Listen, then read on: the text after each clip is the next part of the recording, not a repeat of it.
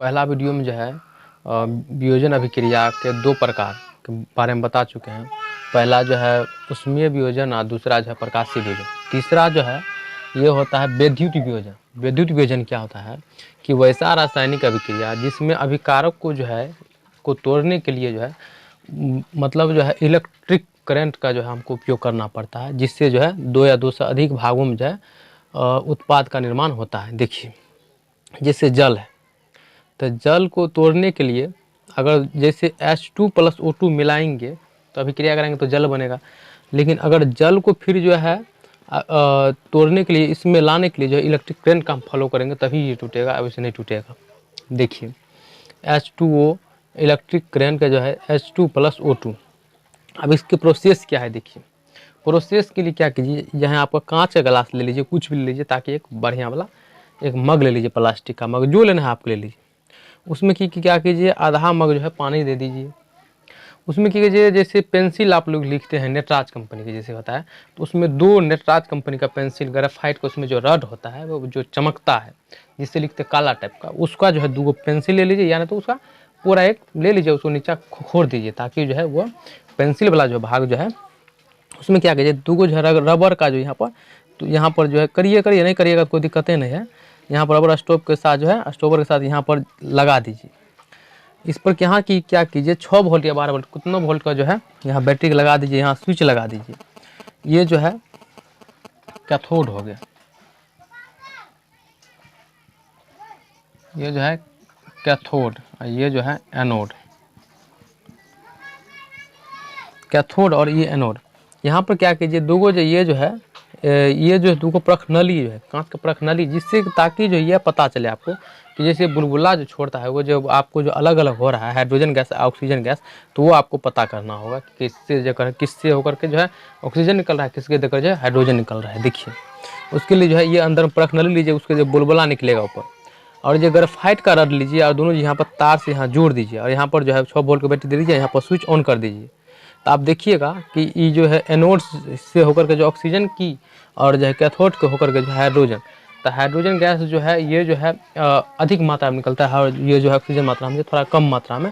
देखिएगा पानी में देने के बाद बुलबुला जो है हाइड्रोजन गैस पर कैथोड पर जो है कुछ ज़्यादा मात्रा में निकलेगा और एनोड पर जो है कुछ कम मात्रा में निकलेगा, ये बुलबुला। तो इससे आपको पता चल जाएगा कि जो है ये विद्युत वियोजन। देखिए बुझा हुआ चूना का उपयोग जो है सफ़ेदी करने में क्यों किया जाता है उसका कंसेप्ट समझिए। देखिए कैल्शियम ऑक्साइड जो है ये जो है चूना पत्थर का चूना का जो है मूल रूप का अगर माना जाए, मूल सूत्र जो है कैल्शियम ऑक्साइड है। अगर कैल्शियम ऑक्साइड को जो है अगर जल के साथ अभिक्रिया कराते हैं तो कैल्शियम हाइड्रोक्साइड का विलयन और उष्मा का निर्माण करता है। तो बिना बुझा हुआ चूना जो है ये है। देखिए अब जो कोई भी सफ़ेदी करने के लिए चूना लाते हैं बोरा, तो उसमें क्या करते हैं, तो वो सूखा रहता है, तो उसको अगर दीवार पर सफ़ेदी करने के लिए उसमें क्या करते हैं पानी मिलाते हैं। तो वही चीज़ यहाँ पर की है, ये चूना ला है उसके साथ उसमें पानी मिला है, तो उसमें क्या किया वो अभिक्रिया करके जो है ये कैल्शियम हाइड्रोक्साइड और उष्मा का निर्माण करता है। तो आप लोग को देखते होंगे कि जो है जैसे किसी बाल्टी में मिलाते हैं तो उसमें जो है पानी के साथ साथ जो है वो गर्म हीट भी बाहर निकलता है। तो उसके साथ जब देखिए ये तो अभिक्रिया करके वो दोनों तो मिल जाएगा, उसके साथ जो उष्मा भी निकलेगा। तो कैल्शियम ऑक्साइड का सूत्र ये जो है बिना बुझा हुआ चूना का सूत्र कैल्शियम ऑक्साइड है। आपसे पूछ सकता है कि बोर्ड के एग्जाम। और जो बुझा हुआ चूना जो है ये जो है कैल्शियम ऑक्साइड को हाइड्रोजन जल के साथ अभिक्रिया कराने पर प्राप्त हुआ। देखिए अब फिर जो है बुझा हुआ चूना को जो है वायु में उपस्थित जो है कार्बन डाइऑक्साइड के साथ अगर वो क्या करता है अभी वो धीमी सी के साथ अभिक्रिया करके कैल्शियम कार्बोनेट और जल का निर्माण करता है। जो कैल्शियम कार्बोनेट जो है इसकी एक पतली परत बना लेती है, जिससे जो है दीवार करने सफ़ेदी करने के बाद दीवार पर जो है मतलब जो है चमक आ जाती है। तो कैल्शियम कार्बोनेट जो है संगमरमर और चूना पत्थर का भी सूत्र है। तो आपसे पूछ सकता है कि कैल्शियम कार्बोनेट या ये ऐसा पूछेगा कि संगमरमर का सूत्र क्या होता है। तो कैल्शियम कार्बोनेट मतलब CaCO3, और जो है अगर चूना पत्थर का पूछ दिया तो उसका भी सूत्र CaCO3 होता है। तो वही बात आपको बताए थे कि बुझा हुआ चूना का उपयोग कहाँ किया जाता है। देखिए बुझा हुआ चूना का उपयोग जो है दीवारों की सफ़ेदी करने के लिए किया जाता है। बुझा हुआ चूना वायु में उपस्थित CO2 के साथ, देख रहे हैं बुझा हुआ चूना जो वायु में उपस्थित कार्बन डाइऑक्साइड के साथ धीमी गति से अभिक्रिया करके दीवारों पर CaCO3 की पतली परत बना लेती है, जो सफ़ेदी करने के 2-3 दिन बाद जो है कैल्शियम कार्बोनेट का निर्माण होता है। ये जो है सफ़ेदी करने के बाद जो है 2-3 दिन के बाद कैल्शियम कार्बोनेट का निर्माण होता है, इससे दीवार पर जो है चमक आ जाती है। अभिक्रियाशील तत्व के घटते क्रम, देखिए आपसे क्वेश्चन पूछा जाता है कि सबसे अधिक अभिक्रियाशील तत्व कौन है, सबसे कम अभिक्रियाशील तत्व कौन है। इससे जो है बहुत और सारे ऑब्जेक्टिव बनता है, और ये आपको बोर्ड एग्जाम के लिए ही नहीं, आपको कॉम्पिटिटिव एग्जाम के लिए भी ये इससे क्वेश्चन पूछा जाएगा। तो इसीलिए इसको जो है अच्छा तरह समझ लीजिए। देखिए सबसे अधिक अभिक्रियाशील जो है ये जो है क्या है, पोटासियम है। उसके बाद है sodium, calcium, magnesium, aluminium, zinc, ferrous, ये जो है लेड, हाइड्रोजन, कॉपर, मरकरी, ये जो है सिल्वर, Au गोल्ड। देखिए इसको याद रखने का तरीका क्या है, सबसे अधिक क्या है, पोटासियम है, और सबसे कम ये सोना है, Au।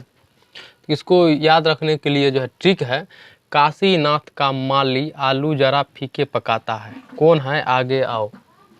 ये जो है ये याद कर लीजिए। इसके बाद जो है ये आपको ट्रिक्स जो है आपको बेहतरीन तरीक़ा से याद हो जाएगा। और इस ट्रिक पर जो है आपको जो है ये जितना भी रिएक्शन कराते हैं, कौन अभिक्रियाशील कौन किसको जो है ये जो है विस्थापित करेगा, ये विस्थापन अभिक्रिया में जो है ये इसका बहुत बड़ा सहयोग है। प्रकाशीय वियोजन का उपयोग जो है श्याम श्वेत रूप में किया जाता है। तो अभी आजकल के समय तो बदल गया है। पहले जो है जो काला फोटो होता था उसको जो है साफ करने में काम किया जाता था। अब जानेंगे विस्थापन अभिक्रिया क्या है। तो देखिए विस्थापन अभिक्रिया जो है वैसा अभिक्रिया है जिसमें जो है अधिक अभिक्रियाशील तत्व जो है कम अभिक्रियाशील तत्व को उसके यौगिक से विस्थापित कर देता है। देखिए कि वैसी रासायनिक अभिक्रिया जिसमें अधिक अभिक्रियाशील तत्व कम क्रियाशील तत्व को उसके यौगिक से विस्थापित कर देता है, उसे जो है विस्थापन अभिक्रिया कहते हैं। देखिए तो इससे पहले जो है आपको जाना हुआ जो है जैसे मतलब जो है कौन अभिक्रियाशील तत्व है, कम अभिक्रियाशील तत्व है। देखिए उसके लिए बताएंगे आगे। देखिए Fe ये जो है लोहा जो है कॉपर सल्फेट के विलयन में जब डाला जाता है तो क्या करता है, कॉपर फेरस जो है फेरस सल्फेट बना लेता है और कॉपर को जो विस्थापित कर देता है। देखिए Fe जो है FeCu को विस्थापित करके FeSO4 और Cu को विस्थापित कर दिया। इसको करने के लिए प्रयोग को समझिए। एक स्टैंड है जिसमें जो है एक प्रखनली लेने में जो है इसमें जो है कॉपर सल्फेट का जो है विलयन डालेंगे, जो इसका कलर जो है हरा रंग होता है। इसमें जो है ये रस्सी है, रस्सी से 2 कांटी बांध देंगे, जो इसमें जंग लगा होगा वो कांटी इसमें बांधेंगे। तो ये जो है लोहा कील जो है इसमें डालेंगे तो ये फेरस सल्फेट का निर्माण करेगा और कॉपर को जो है ये विस्थापित कर देगा। देखिए जैसे Zn को जिंक को जब कॉपर सल्फेट के साथ अभिक्रिया कराते हैं तो जिंक सल्फेट और कॉपर का विस्थापित करते हैं, क्योंकि कॉपर जो है जिंक से कम अभिक्रियाशील है, जिंक जो है कॉपर से अधिक अभिक्रियाशील तत्व है। देखिए यहाँ पर कॉपर जो है कॉपर के साथ FeSO4 का साथ नो रिएक्शन, क्योंकि कॉपर जो है फेरस से जो है कम अभिक्रियाशील तत्व है, तो अधिक अभिक्रियाशील तत्व ने कम अभिक्रियाशील तत्व को जो है विस्थापित करेगा। अब जानेंगे चौथा द्विविस्थापन अभिक्रिया क्या होता है। द्विविस्थापन अभिक्रिया को जो है उभय विस्थापन अभिक्रिया भी कहा जाता है। देखिए द्विविस्थापन अभिक्रिया क्या था, जो है अधिक अभिक्रियाशील तत्व जो है कम अभिक्रियाशील तत्व के उसके यौगिक से विस्थापित कर देता था। लेकिन इसमें क्या होता है कि जो है इसमें जो है उसके यौगिक जो होता है, दोनों यौगिक के अभिकारक के जो 2 यौगिक होता है उसमें जो आयनों का अदला बदली होता है। देखिए वैसी रासायनिक अभिक्रिया जिसमें अभिकारक में जो यौगिक भाग लेगा उसके जो हो आयन का जो अदला बदली ही जो है द्विविस्थापन अभिक्रिया। 2 बार विस्थापन हुआ, आयनों का अदला बदली हुआ तो वो जो है द्विविस्थापन अभिक्रिया कहलाएगा। देखिए NaCl AgNO3, तो इसमें क्या हुआ, तो NaCl और AgNO3 इसमें क्या होता है, इसका जो ये देखिए ये आयन जो है इसके इस आयन के साथ जुड़ जाता है, ये आयन इसके साथ और ये आयन इसके जो है इसके अंतिम वाला से, इसके अंतिम वाला इसके शुरुआत वाला से, इसके शुरुआत वाला इसके अंतिम वाला से, मतलब इसके आयनों का अदला बदली हो जाता है। पहले बना हुआ है देखिए यौगिक NaCl और उसके बाद जो है AgNO3 अलग अलग यौगिक बना हुआ है, लेकिन इसमें क्या हुआ, आयनों का अदली बदली हुआ। इसके साथ के प्लस के साथ ये NaCl के साथ जो है NO3 का ये जो है ये माइनस वाला ये है जुट गया, और ये जिसका माइनस वाला इसके प्लस प्लस साथ जुट गया, तो आयनों का अदला बदली देखिए AgCl और जो NaNO3 बनाया। देखिए Na2SO4 BaCl2, तो इसके जो है इसके ये अंतिम वाला से और इसके अंतिम वाला इसके शुरुआत वाला से जुट गया। देखिए BaSO4 प्लस जो है NaCl, तो ये क्या है, BaSO4 जो एक ठोस अवक्षेप है, तो अवक्षेप बनाता है, इसीलिए इसको जो है अवक्षेपण अभिक्रिया भी कहते हैं। देख लीजिए अवक्षेपण अभिक्रिया क्या होता है। अवक्षेपण अभिक्रिया होता है कि वैसी रासायनिक अभिक्रिया जिसमें दो विलयनों का आपस में मिलाया जाता है, तब उनकी अभिक्रिया से एक श्वेत रंग का एक पदार्थ का निर्माण होता है जो जल में अघुलनशील होता है, जो जल में घुलता नहीं है, उसे जो है अवक्षेपण अभिक्रिया कहते हैं। कहने का मतलब है वैसा रासायनिक जिसमें दो विलयनों का आपस में मिलाया जाएगा, मिलाने के बाद जो एक सफ़ेद रंग का ठोस कलर का जो एक अवक्षेप का निर्माण होगा जो जल में घुलेगा नहीं, तो उसे जो है अवक्षेपण अभिक्रिया कहते हैं। देखिए Na2SO4 BaCl2 को जो है 2 विलयन है, इसको जो आपस में मिलाएंगे तो BaSO4 और NaCl बनेगा। जो BaSO4 जो है ठोस अवक्षेप है जो जल में घुलता नहीं है। देखिए 5 नंबर में जो है ऑक्सीकरण संख्या, 5 में जो है ऑक्सीकरण और अपकरण दोनों है, तो पहले 5 में जो है 1 नंबर दे करके दिए हैं कि ऑक्सीकरण संख्या क्या होता है। ऑक्सीकरण संख्या किसे मतलब ऑक्सीकरण मतलब जो है अभिक्रिया क्या है, ऑक्सीकरण संख्या नहीं, ऑक्सीकरण अभिक्रिया किसे कहते हैं। ऑक्सीकरण अभिक्रिया किसे कहते हैं। देखिए वो ऑक्सीकरण अभिक्रिया वैसी रासायनिक अभिक्रिया है जिसमें जो है ऑक्सीजन के साथ जुड़कर सड़ जाता है, ऑक्सीजन के साथ जुड़ करके सड़ जाना। दूसरा है हाइड्रोजन का वियोग होगा, मतलब हाइड्रोजन का जो निकलेगा तभी ऑक्सीकरण, ऑक्सीजन का योग होगा तब पर भी जो ऑक्सीकरण संख्या ऑक्सीकरण अभिक्रिया कहलाएगा। हाइड्रोजन का बाहर निकलेगा तब पर भी जो है ये जो है ऑक्सीकरण संख्या कहलाएगा। ऋणात्मक से जुड़ेगा तब भी ऑक्सीकरण संख्या कहलाएगा, अभी ऑक्सीकरण अभिक्रिया कहलाएगा। और जो है इलेक्ट्रॉन का बाहर निकलना होगा तब पर भी ऑक्सीकरण अभिक्रिया कहलाएगा। ऑक्सीडेशन नंबर का बढ़ना, ऑक्सीकरण संख्या का बढ़ेगा तब पर भी जो ऑक्सीकरण संख्या कहलाएगा।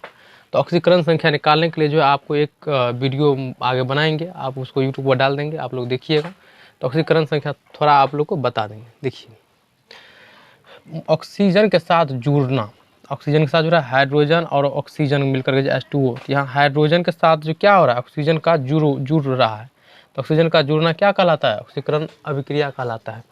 देखिए दूसरा हम कह रहा है हाइड्रोजन का वियोग होना। देखिए H2S + Cl2, तो यहाँ से क्या आ रहा है हाइड्रोजन का जो है वियोग हो रहा है, हाइड्रोजन का वियोग हो रहा है, तो यहाँ पर जो है हाइड्रोजन का क्या हुआ वियोग हुआ, तो यहाँ क्या होगा ये जो है ऑक्सीकरण संख्या कहलाएगा। देखिए आप तीसरा कर ऋणात्मक से जुड़ना। देखिए ये जो है सोडियम Na11 होता है परमाणु संख्या, लेकिन अगर एक इलेक्ट्रॉन देगा, ये एक इलेक्ट्रॉन देगा तो कितना इसके पास बचेगा 10 इलेक्ट्रॉन, तो 10Na+, मतलब ये अगर इलेक्ट्रॉन एक इलेक्ट्रॉन देगा तो क्या होगा वो ऋणात्मक से जुड़ेगा जी। और जो है देखिए कह रहा है इलेक्ट्रॉन को बाहर निकालना, इलेक्ट्रॉन बाहर निकल रहा है, एक इलेक्ट्रॉन को दे रहा है तो इलेक्ट्रॉन बाहर निकल रहा है। कह रहा है कि ऑक्सीडेशन नंबर का बढ़ना। देखिए Cu + H2O और ये अभिक्रिया करके Cu2O + H2 बनाया, तो देखिए इसमें जो है क्या हो रहा है कॉपर के साथ जो है इसमें ऑक्सीजन जुट रहा है, ये ऑक्सीकरण अभिक्रिया है। इसमें देखिए कॉपर का जो है ऑक्सीडेशन नंबर 0 है, कोई भी तत्व का संयुक्त अवस्था मतलब अकेला रहेगा संयुक्त अवस्था में उसका मान 0 होता है, तो इसका मान 0 हुआ। यहाँ पर देखिए कॉपर का मान जो है कॉपर का ऑक्सीडेशन नंबर जो है 1 हुआ। कैसे देखिए अगर कॉपर का निकालना होगा तो कॉपर को मान लेंगे हम X, कॉपर को मान लेंगे X, तो यहाँ 2 है तो 2X प्लस जो है यहाँ पर क्या हो जाएगा ऑक्सीजन का जो है वैलेंसी होता है 2 बराबर 0, तो देखिए तो यहाँ पर जो है ये -2 होगा, क्या -2 होता है, तो x बराबर 2/2 कट गया, तो x बराबर 1, इसीलिए x बराबर 1 हुआ इसका। इसका जो है जिस भी तत्व का अगर ऑक्सीडेशन नंबर निकालना होता है उसको जो है x मानते हैं। और जो सभी का जो है ये करके जीरो होता है सबका, ये जो है बैलेंस निकाल कर ये ऑक्सीडेशन नंबर निकालने के बाद ये जीरो होता है, तो जीरो लिखते हैं। देखिए अगर कॉपर का निकालना है तो यहाँ पर लिखेंगे एक्स, यहाँ दूगो है Cu दूगो है तो 2x लिखेंगे, प्लस जो है यहाँ पर O का जो है -2 होता है, तो -2 बराबर 0, तो 2x और -2 बराबर 0, तो x बराबर 1, ये उधर जाएगा कट जाएगा, इसीलिए यहाँ पर है ये क्या हुआ, यहाँ 0 से 1 बढ़कर 1 1, इसीलिए ऑक्सीकरण अभिक्रिया कहलाएगा। ये गुण अगर जिसमें भी होगा इतना गुण जो होगा उसको जो क्या होगा, ये ऑक्सीकरण अभिक्रिया कहलाएगा। देखिए अब जानेंगे अवकरण अभिक्रिया क्या है। ऑक्सीकरण जान लिया, अब जानेंगे अवकरण अभिक्रिया क्या है। देखिए अवकरण अभिक्रिया सेम जो है ऑक्सीकरण का उल्टा है, विपरीत है। उसमें जो है ऑक्सीजन का जो है उसमें योग हो रहा था, इसमें जो है अवकरण अभिक्रिया में जो ऑक्सीजन का जो है वियोग होता है। हाइड्रोजन का उसमें जो है वियोग हुआ, इसमें हाइड्रोजन का योग होगा। उसमें जो है ये ऋणात्मक से जुड़ा था, इसमें जो है धनात्मक से जुड़ता है। उसमें जो है इलेक्ट्रॉन का जो है त्याग होता था, इसमें जो है इलेक्ट्रॉन का ग्रहण होता है। इसमें जो है ऑक्सीडेशन नंबर का मान उसमें बढ़ रहा था ऑक्सीकरण अभिक्रिया में, इसमें जो है अवकरण अभिक्रिया में ऑक्सीडेशन का मान घटेगा। देखिए कैसे होता है, कर रहा है ऑक्सीजन का वियोग। देखिए CuO + H2O को अगर यहाँ पर जो क्या हो, यहाँ पर जो है यहाँ से ऑक्सीजन था, यहाँ से ऑक्सीजन और हाइड्रोजन यहाँ पर जुड़ा, तो यहाँ से ऑक्सीजन का तो क्या हो रहा है, वियोग हो रहा है ना, यहाँ पर Cu अलग हो रहा है, तो यहाँ कॉपर से ऑक्सीजन का वियोग होता है। तो देखिए O का वियोग, तो O का वियोग ऑक्सीजन का वियोग हुआ तो वो क्या होगा, अवकरण अभिक्रिया। जैसे देखिए H2S + Cl में क्या होता है, देखिए Cl के साथ क्या जुट रहा है, H जुट रहा है, तो यहाँ पर क्या होगा, हाइड्रोजन का योग हो रहा है। तो हाइड्रोजन का योग क्या है, अवकरण अभिक्रिया है। देखिए अब कह रहा है तीसरा का धनात्मक से जुड़ा। देखिए 1 इलेक्ट्रॉन इसमें जो है देते हैं, तब क्या होगा, 1 इलेक्ट्रॉन इसको जो है देते हैं, 1 इलेक्ट्रॉन देते हैं, तो ये जो है 18 Cl जो है 18 का परमाणु हो जाता है इसके पास।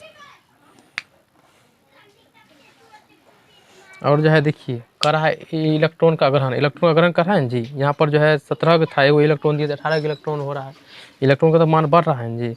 यहाँ पर कर रहा है Cu + H2O में जो है ये जो है कर ऑक्सीडेशन का मान कैसे कर रहा है। देखिए यहाँ पर हाइड्रोजन का मान जो है यहाँ पर 1 हो रहा है, यहाँ पर संयुक्त अवस्था में कोई भी तत्व का मान ऑक्सीडेशन नंबर 0 होता है। तो देखिए हाइड्रोजन का यहाँ पर 0 होगा, यहाँ पर जो है 1 है। ये कैसे बात, देखिए देखिए तो हाइड्रोजन का जो है वैलेंसी कितना होता है, 1, तो 2 है तो 2, इसको मानेंगे x, यहाँ पर जो है -2 बराबर 0, तो x बराबर ये इधर जाएगा तो ये 2 हो गया, 2 से इधर जाएगा तो भागा कटने जाएगा, तो यहाँ 2/2 बराबर 1, x बराबर 1, x बराबर 0। तो ये क्या हो रहा है, ये ऑक्सीडेशन का मान जो है घट रहा है, 1 से 0 हो रहा है। तो ये सब होगा तो वह क्या होगा, अवकरण अभिक्रिया कहलाएगा। इतना चीज़ याद कर लीजिएगा, आपको कोई भी क्वेश्चन कहीं से भी नहीं छूटेगा।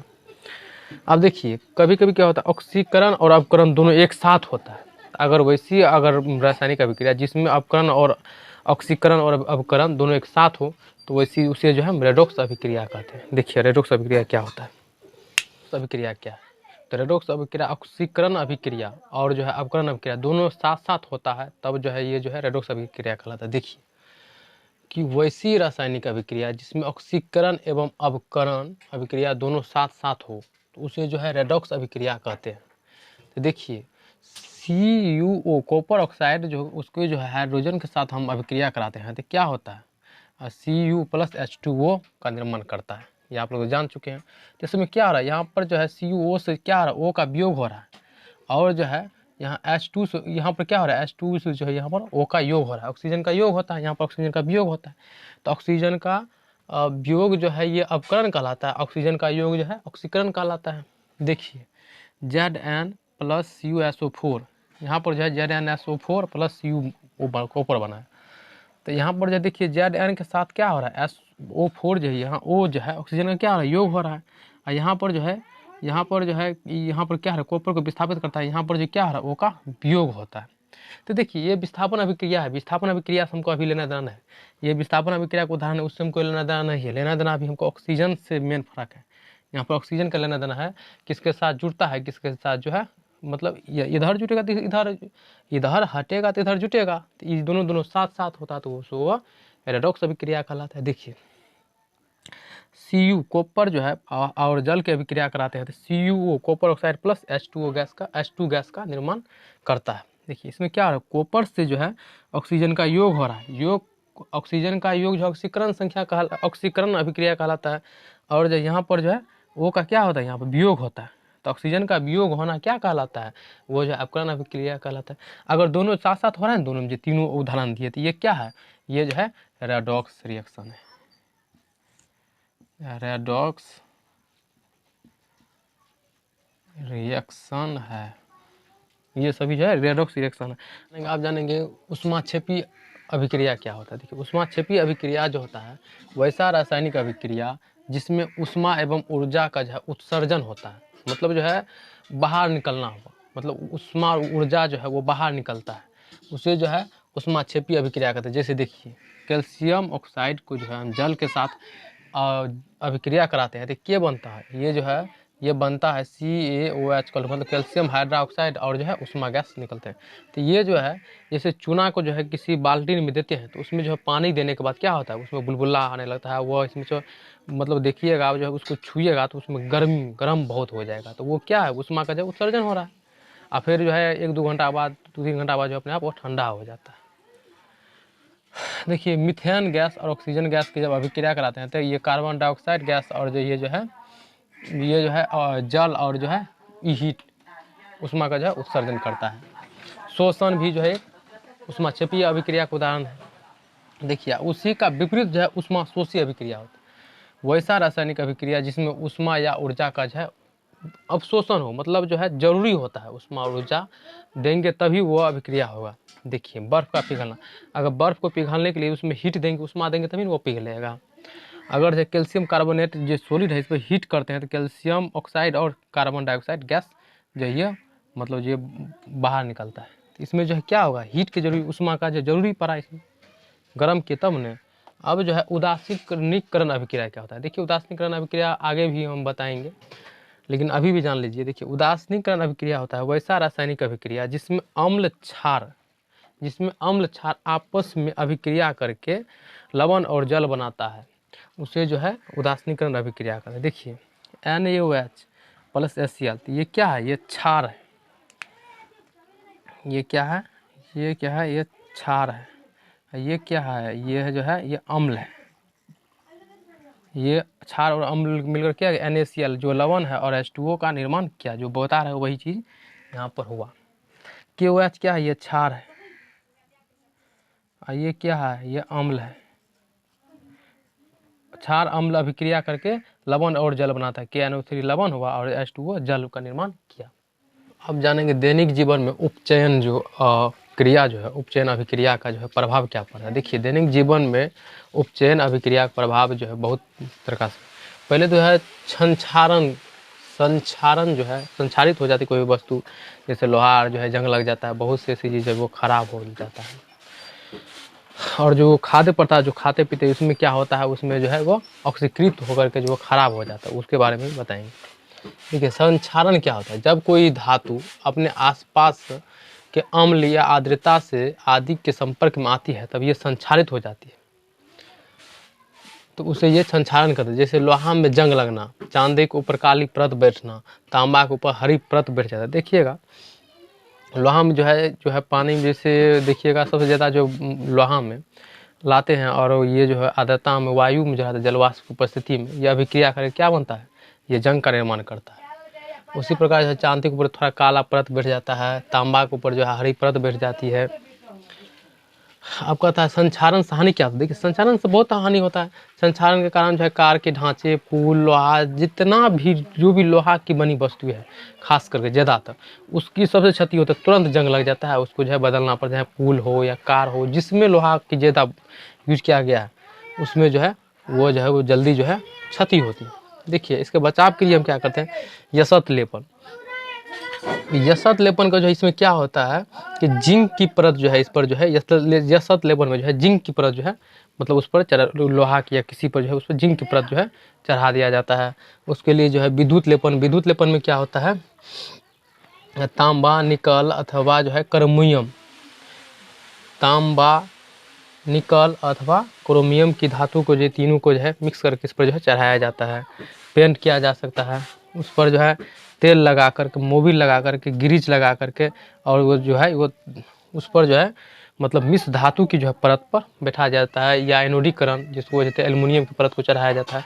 इस तरीक़ा से ये सब करके इसको बचाव किया जा सकता है। अब जानेंगे विकृत गंधिता क्या होता है। देखिए विकृत गंधिता क्या होता है। विकृत गंधिता वसा युक्त तेलीय खाद्य सामग्री जब लंबे समय तक, जो चीज़ हम खाना खाते हैं, जो भी चाहे वह गेहूँ हो, चावल हो, या पका हुआ खाना जैसे रोटी दाल, जो भी चीज़ हो जिसमें जो है मतलब खाद्य तेल युक्त सामग्री, अगर जो चीज़ हम बना कर खाते हैं उसको अगर लंबे समय तक रख देते हैं तो उसके बाद क्या होता है, स्वाद और गंध में बदल जाता है। जैसे चावले को हम उससे रख दें सीधा तो उसका भी स्वाद में बदल जाता है, या चाहे तेल की सब्जी हो या कोई भी चीज़ हो जिसमें वसा और तेल ज़्यादा आता है, ये जल्दी खराब होता है। खराब तो सभी पदार्थ है, लेकिन जो जिसमें तेल ये तेल जो है तेलीय पदार्थ और वसा युक्त पदार्थ अगर कम मिला रहता है तो वो थोड़ा देरी से होता है, लेकिन होता है। तो ये विकृत गंधिता, वसा युक्त तेलीय खाद्य सामग्री जब लंबे समय तक रखी जाती है तो उसके बाद जब वह स्वाद और गंध में बदल जाता है, मतलब परिवर्तन होता है। देखिए इसके बचाव के लिए हम क्या करते हैं, तेलीय और वसा युक्त खाद्य सामग्रियों को जो इसमें जो है प्रतिऑक्सीकारक करते हैं। प्रतिऑक्सीकारक पदार्थ जो वैसा पदार्थ होता है जिसको जो उसमें मिलाने से जो है उसको मतलब थोड़ा परिवर्तन हो। जैसे देखिए कोई भी चीज़ जैसे गेहूँ है, मक्का है, या कोई भी चीज़ को जो अधिक दिन से रखने के लिए क्या करते हैं, वो चादरा की कोठी में रखते हैं। उससे भी क्या करते हैं, उससे भी नहीं जाओ, उसमें क्या करते हैं, नीम का जो है ठली देते हैं, एक दूसरे जो टेबलेट आता है वो टेबलेट दे देते हैं, प्रतिऑक्सीकारक गोली। उसमें क्या करते हैं, माचिस की जो है ये पैक कर दिया जाता है, ताकि जिससे जो है ये इसमें जो ये खाद्य सामग्री जो भी चीज़ है वो खराब ना हो। वायुरोधी बर्तनों में रखना चाहिए, जिसमें हवा मतलब जो है कम मात्रा में जाए, उसमें उस चीज़ को ये चीज़ को रखना चाहिए, जिससे जो है उपचयन की गतिविधि जो है धीमी हो जाती है। तीसरा है कि चिप्स बनाने वाले चिप्स की थैली में जो है ऑक्सीजन को हटाकर उसमें नाइट्रोजन गैस जो है भर दी जाती है, ताकि जो है ये जो सक्रिय गैस जो होता है ऑक्सीजन जो है, ये जो है मतलब कम सक्रिय गैस जो नाइट्रोजन जो होता है ये चिप्स में उपचयन को ना होने देता है। मतलब जो है ये नाइट्रोजन जो ये जल्दी खराब होने नहीं देता। तो आपको क्वेश्चन भी पूछा जाता है कि चिप्स की थैली में जो है ऑक्सीजन गैस के हटाकर नाइट्रोजन गैस का प्रयोग क्यों किया जाता है। तो हम बोलेंगे कि चिप्स बनाने वाली चिप्स की थैली में ऑक्सीजन गैस की हटाकर नाइट्रोजन जैसी कम सक्रिय गैस के युक्त इसलिए करते हैं क्योंकि जो है ये ऑक्सीजन से जो है ये नाइट्रोजन गैस जो कम सक्रिय होता है, ये जल्दी अभिक्रिया नहीं करता है, इसीलिए। और उसके बाद जो है 4 नंबर में क्या करेंगे, शीतलन मतलब फ्रीज में रख करके हम कोई भी चीज़ को जो है मतलब खाद्य सामग्री को जो है मतलब ज़्यादा देर तक बचा सकते हैं।